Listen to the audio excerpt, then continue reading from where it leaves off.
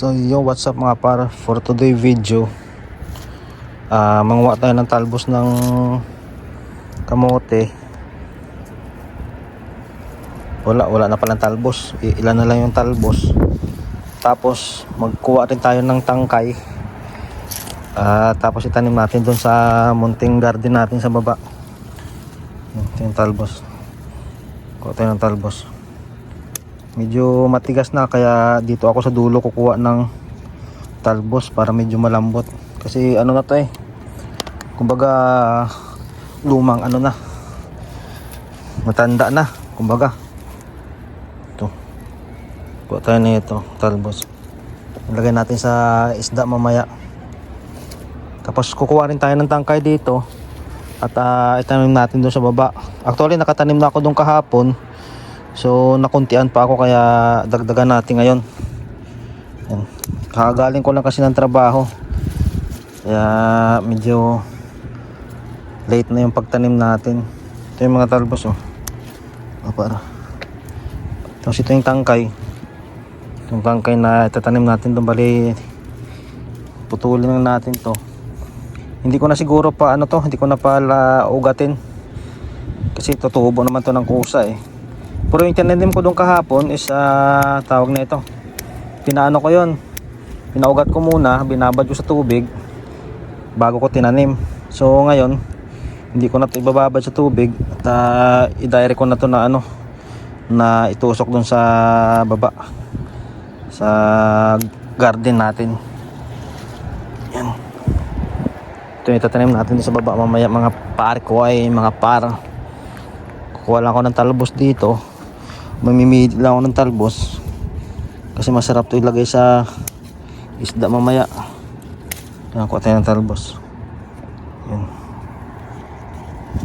Pangit yung pangit yung niya kasi matanda na. Ang katulad nito, matanda na. So kukunin natin tong may bulaklak na tanggalan na natin ng dahon sa bulaklak, sabay itusok natin dun sa baba. Ayun. Sayang kasi dun sayang kasi yung lupa dun. Medyo mataba yung lupa dun. Kung nga pala pati tanglad pala, kukuha din tayo ng tanglad at yun ilagay din natin dun para at least may tanim tayo dun sa baba. Kuha natin mga tangkay rito, tangkay talbos, at mamili tayo ng magandang tangkay para doon para doon natin tanim sa baba. Yung medyo medyo wala, matanda na talaga to Ayun, namumulaklak na nga namumulaklak na sila. Ayun. Kaya pilian lang natin to.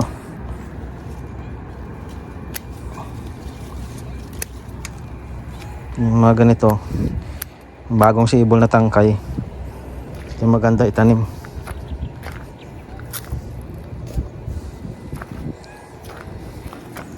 So ito, dagdagan natin to kasi konti pa lang to. Dito tayo kukuha sa magandang klaseng tangkay, yung bata pa.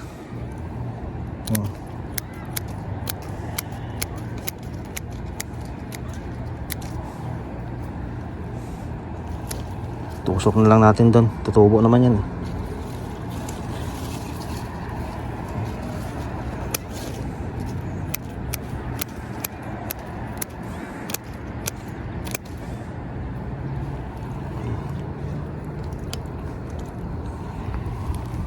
Paramihin natin doon sa baba kasi sayang yung doon sayang yung lupa doon.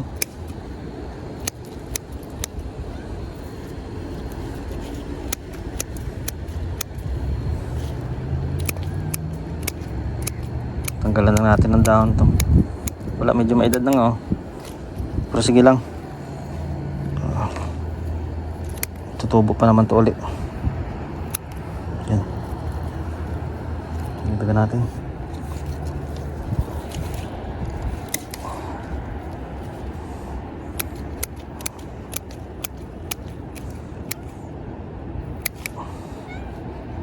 Ito yung maganda, yung kulay pula. magandang talbos nito. Pwede na to. So yun, baba na tayo dun mga par. Dun sa mini garden natin sa baba. Tatanim na natin to dun. So paano? Let's go! Mga par, ito na yung nakuha nating talbos. Ito, pwede na yan. Panglagay natin sa isda mamaya. Tapos ito na rin yung tanglad na itatanim natin dun sa baba at yung tangkay. Tara, punta na tayo sa baba. In 1, 2, 3.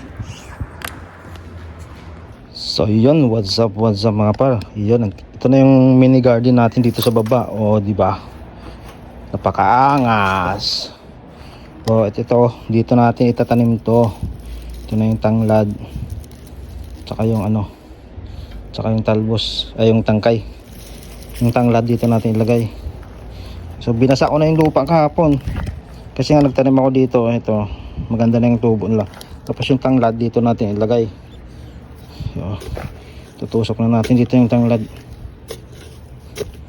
Dito natin paramihin. Matabang lupa na to eh. Sana hindi tayo mamatayan ng tanglad. Diba? Paliman natin. Kasi pag minsan pag magtanim tayo ng tanglad namamatay. Pero sana ngayon huwag itong mamatay. Sana dumami to. Yan. Tapos ito, iwan ko kung tutubo to kasi yun, parang wala nang ugat. Pero sige lang, tutusok na natin yan dito. Sana huwag siya mamatay. Maganda rin kasi itong tanglad eh. Lalo na pag ano tayo ng isda. Kulang pa pala yung dala ko. Aliman. Maganda, malalim para hindi maano agad. Hindi mabunot. Dadagdagan ko na lang to. Yan. Tapos dagdagan pa natin dito ng ano, nung tawag nito, nung mga tangkay kasi may space pa naman. Okay natin. May space pa naman siya. Kaya dagdagan natin ng ano, dagdagan natin diyan ng tangkay pa pati rito. Ito bakante pa to. Oh, di ba? Ito dagdagan ko to. Kasi para dumami rito, lumago yung tanglad. So tara, samahan niyo ako. In 1, 2, 3.